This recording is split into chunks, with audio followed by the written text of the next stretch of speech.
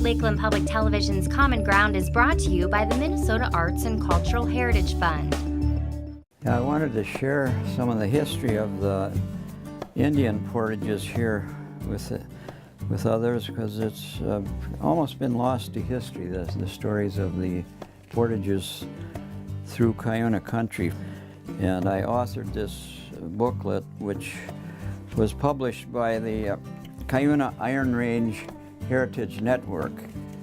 And they have published 3 volumes, hardcover volumes of the Cuyuna Country history of the people and the mining and logging and the railroads. I had some acreage near here, and looking at the old surveyors' drawings and their notes, when they laid out the section lines and corners, I noticed they noted an Indian trail. And in researching it, I discovered that this was an important Indian portage trail from the Little Rabbit Lake at Riverton to Rabbit Lake, and from Riverton to Mille Lacs Lake. And it's pretty much been lost to history. There's a reference to it in a number of other publications, but no one's really followed up on it. The U.S. Parks Department had done a survey of portage trails in Minnesota, and actually they missed this one. It's not recorded in their reports or on their map. And it was a canoe portage trail. Anyone in the area of, say, Gull Lake or North Long Lake, or down maybe as far as Crow Wing, that wanted to go by canoe to Sandy Lake or Mille Lacs Lake, this is the way they would have to go. If you look on the map, you can see that there's a chain of lakes going from here to Rabbit Lake, and there's a chain of lakes going south from Deerwood to Mille Lacs Lake. In the distance, you can see where the Mississippi River would be, and this is Little Rabbit Lake, and this is the public landing at Little Rabbit Lake. And this is actually where the portage would start if you were portaging to Rabbit Lake to go to Sandy Lake or to Aiken. Because of the large bow in the Mississippi River, from here to Rabbit Lake, it's 9 miles shorter if you take this portage, as far as I can figure. And from here to Aiken would be quite a considerable saving. There they would go across country, because there isn't a stretch of water between here and Aiken as there is between here and Rabbit Lake. And from Crosby and Deerwood, they would go south through Reno Lake and Long Lakes and Bay Lake, all the way to Mille Lacs Lake. Yeah, we're standing by a small mine pit, which is in the foreground.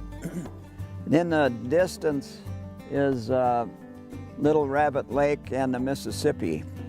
And this is the spot where they would be coming off of Little Rabbit Lake and taking a land portage to Portage Lake. Before the mine pit was here, there was a strip of land that ran from Little Rabbit Lake up almost to here, with a swamp on either side. And so that was the only place the canoeists could carry their canoes, was on the high ground. But the high ground's not here now, because that was taken out by the mine pit. So anyway, when they got up to this point, then they had to go about 1/5 of a mile through the woods till they got to Portage Lake. In the Cuyuna Country, this would be the longest overland portage they had to make. And the reason they portaged here was they were following the Rabbit River, but just north of here, the Rabbit River drops so abruptly from Pasco Lake to Little Rabbit Lake that it would have been impossible to canoe upstream, and that's why they had to take the land portage here. The Ojibwe braves in their birch bark canoes could do some astonishing feats, I guess. They probably could take a chance on going downstream through this whitewater, but it was a little too much to go upstream, and that was why the portage from Little Rabbit Lake to Portage Lake, to avoid this stretch of the river. Now this area, the county did get a portion that runs from here to Portage Lake.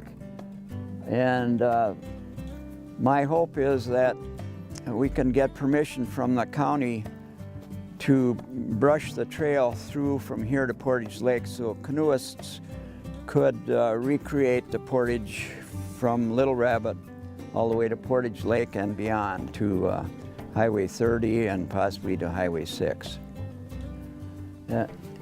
In some areas, you can still see the depression where the trail ran. You can imagine 30 canoes and 200 braves on a war party running or trotting through here carrying their canoes. And I always get a kind of a chill walking through there knowing that that actually had happened right in this area. So far, the trail doesn't have a name, as far as I know, unless they would call it the Rabbit River Trail. The trail was used by, since prehistoric times, by people maybe earlier than the Sioux. The Sioux were here before the Ojibwe. The Ojibwe came in and by the 1800s they had pretty much taken over this country and taken it away from the Sioux.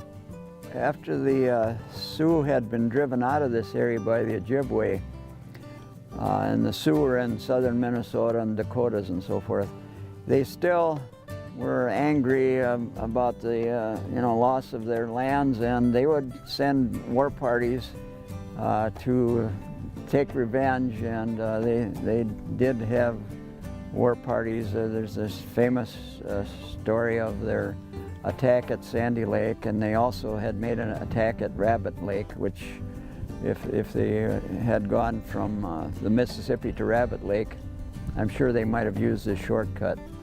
Well, anyone that's interested in history, I think, might just like to see if they could do what the Indians did.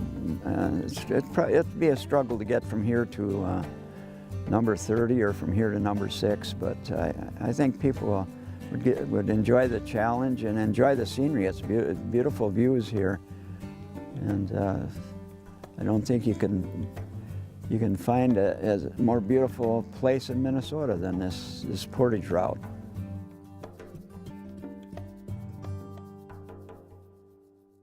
If you enjoyed this segment of Lakeland Public Television's Common Ground, consider making a contribution at lptv.org. If you have segment ideas pertaining to North Central Minnesota, contact us at legacy@lptv.org.